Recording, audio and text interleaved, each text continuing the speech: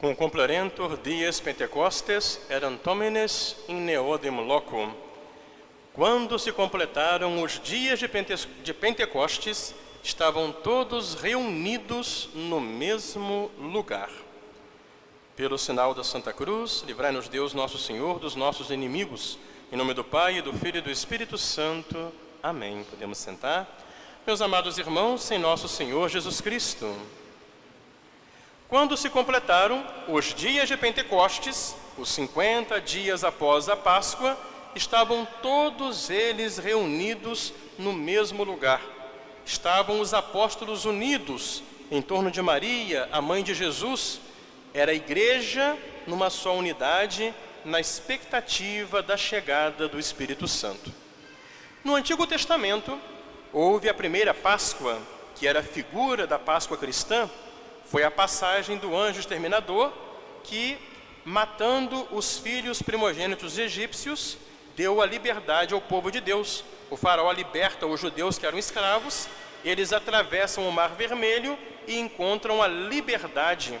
E nesse caminho de liberdade, eles vão caminhando até o Monte Sinai, e quando se completam 50 dias da sua libertação do Egito, então acontece a promulgação da lei de Deus.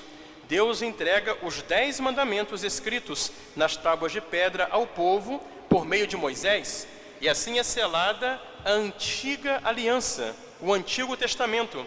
E assim aquele povo que era um povo escravo, agora encontra a liberdade, recebe agora a lei de Deus, que vai dar a sua identidade como povo de Deus do Antigo Testamento. Tudo isso era uma figura, era um anúncio da realidade do Novo Testamento. A nossa Páscoa não é mais a libertação do povo que saiu do Egito e passou o Mar Vermelho, não.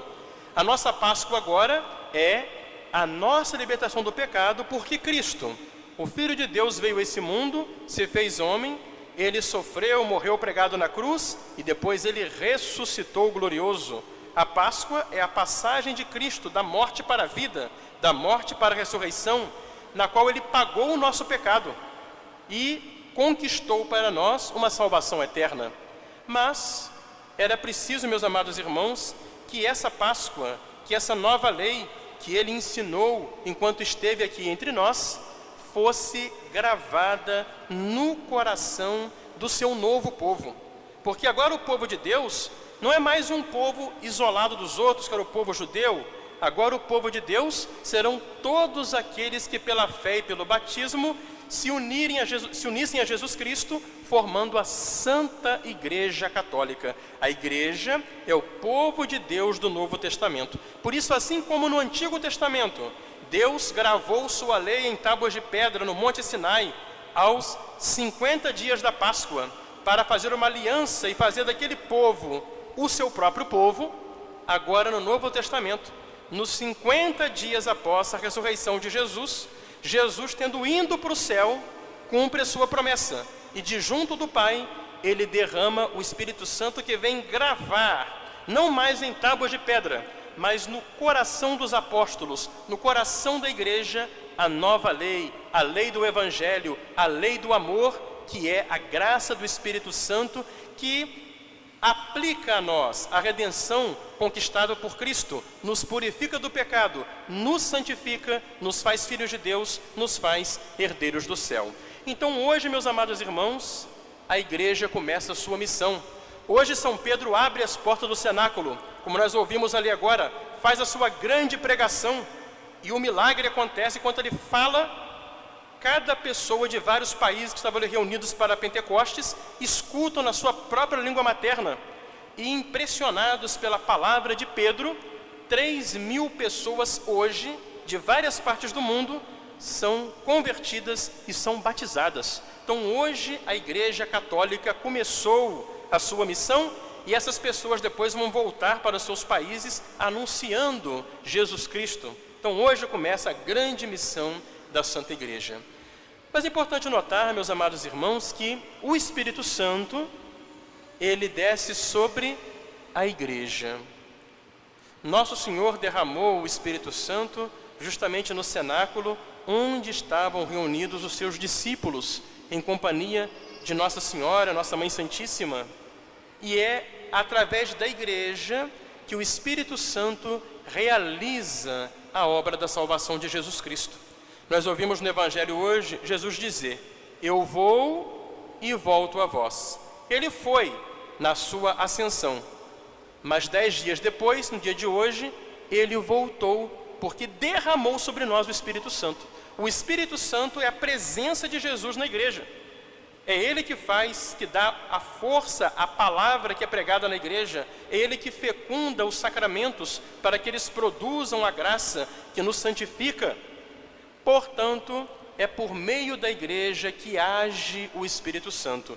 E por isso, foi no dia que nós, através do sacramento do batismo, entramos na Santa Igreja, que nós recebemos o dom do Espírito Santo, que depois foi confirmado em nós no dia da Crisma, e que vai crescendo em nós, em cada sacramento recebido, em cada oração que nós fazemos. Então é o Espírito Santo que nos conduz.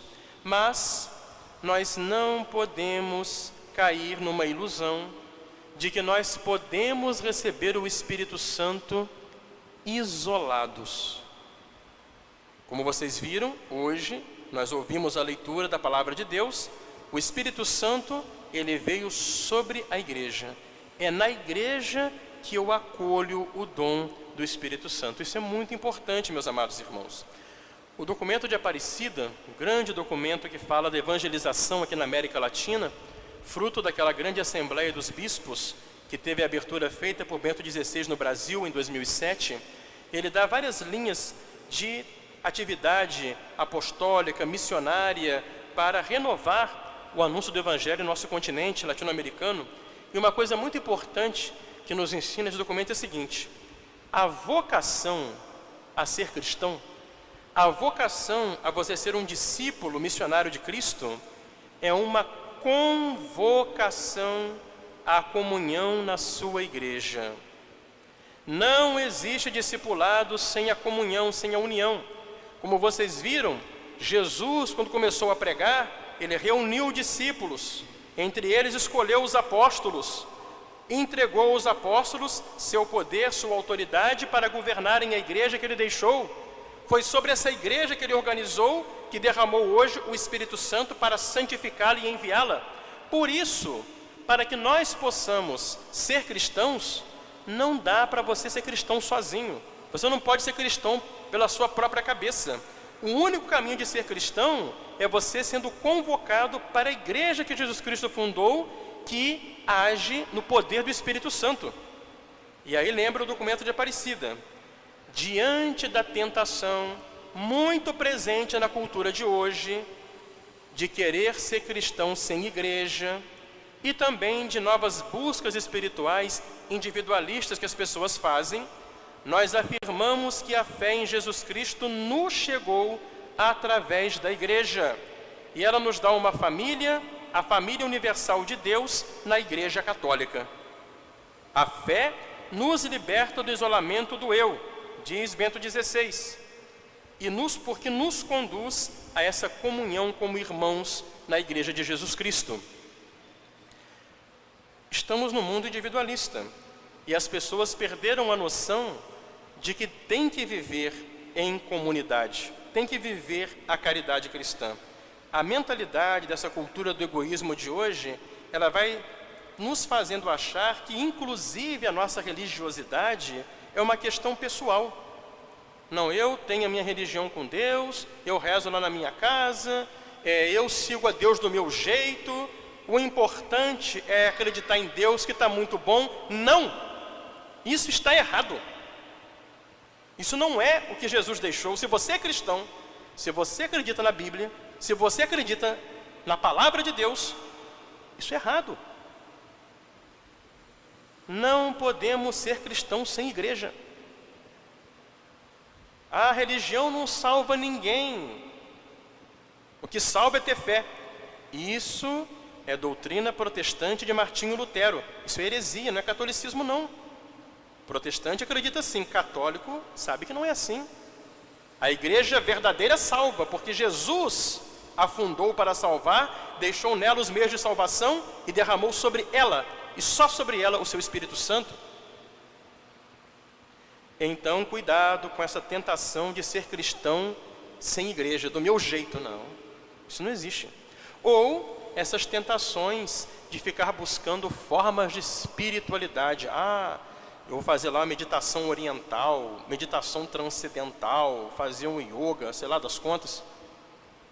Ou fazer superstição, jogar carta, tarô, essas coisas, essas bobagens, né? Meus amados irmãos, você reza. Você abre a palavra de Deus e vai, como Jesus falou, para o silêncio do seu quarto e lá a sós com Deus, lê e medita e contempla o que Deus quer falar para você? Você reza o seu terço, que recorda para nós toda a salvação, meditando nos mistérios?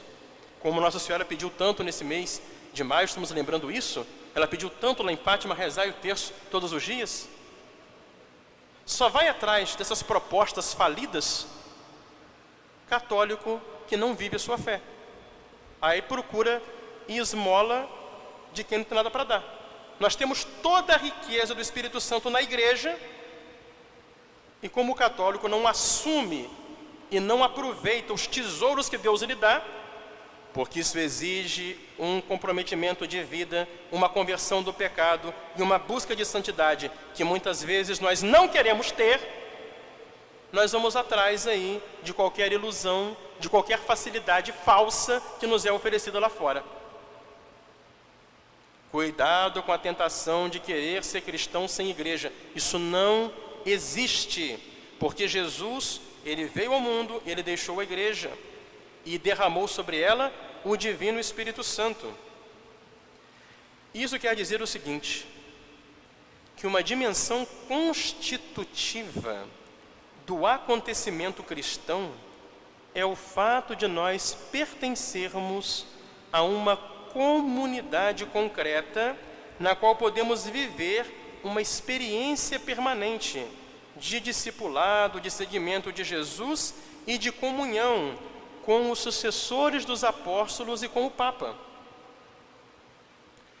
Então tá bom, padre, eu sou católico, eu sou da igreja, graças a Deus. Mas o que é a igreja católica para mim? A igreja católica é aquela comunidade concreta, real, onde eu participo. Eu sou católico, mas eu vivo em casa. Não, peraí. Você não vai à sua comunidade, não? Você não vai na sua paróquia para participar da missa dominical, para ouvir a palavra de Deus, para se confessar, para comungar, para participar das festas e dias santos que a igreja nos propõe durante o ano para crescermos no seguimento de Cristo, como hoje, um dia especialíssimo do Divino Espírito Santo? Você não coloca seus filhos na catequese paroquial, não? Você não vem participar na igreja, colocar os seus dons a serviço do reino de Deus? Quanta coisa eu posso fazer na igreja, não é? Hoje de manhã, 7 da manhã, nossos catequistas renovaram perante o senhor bispo a sua profissão de fé católica e receberam a bênção de envio nessa missão de catequizar nossas crianças, jovens e adultos. E você já pensou em ser um catequista? Em pertencer a uma associação religiosa, ser um congregado mariano, uma filha de Maria?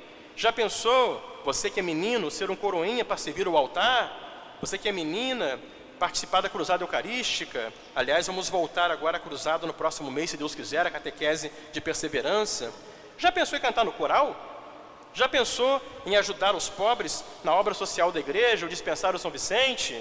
Ou na pastoral da sobriedade, ajudar as pessoas que precisam de apoio em horas difíceis da vida? Sempre tem um lugarzinho para você. É só você vir.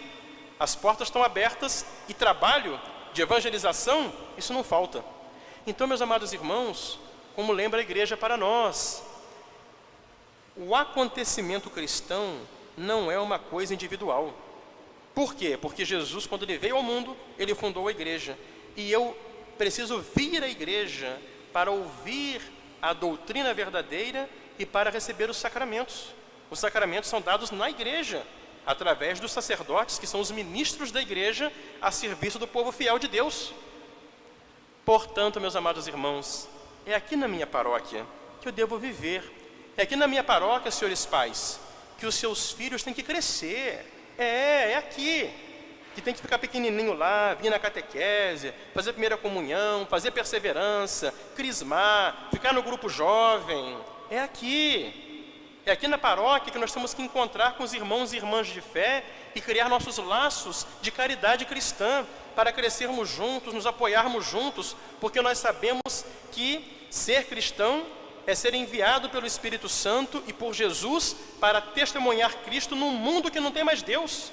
E é aqui que nós renovamos a fé, restauramos nossas forças e criamos coragem, como São Pedro hoje abriu a porta do cenáculo e foi lá e falou e converteu 3.000 pessoas. É aqui que eu tenho essa força de Deus, para que quando acaba a missa eu saia por essa porta e vá para o mundo, para o meu trabalho, para a minha escola, para o meu ambiente de convivência, e não tenha vergonha de ser católico. Pelo contrário, pelo meu testemunho de vida e pela minha vida fiel, eu cative as pessoas para o amor de Jesus Cristo e mostre para elas que ser cristão é a coisa mais feliz do que existe, porque ser cristão é ter a graça de Deus nesse mundo e caminhar na esperança de um céu que me espera.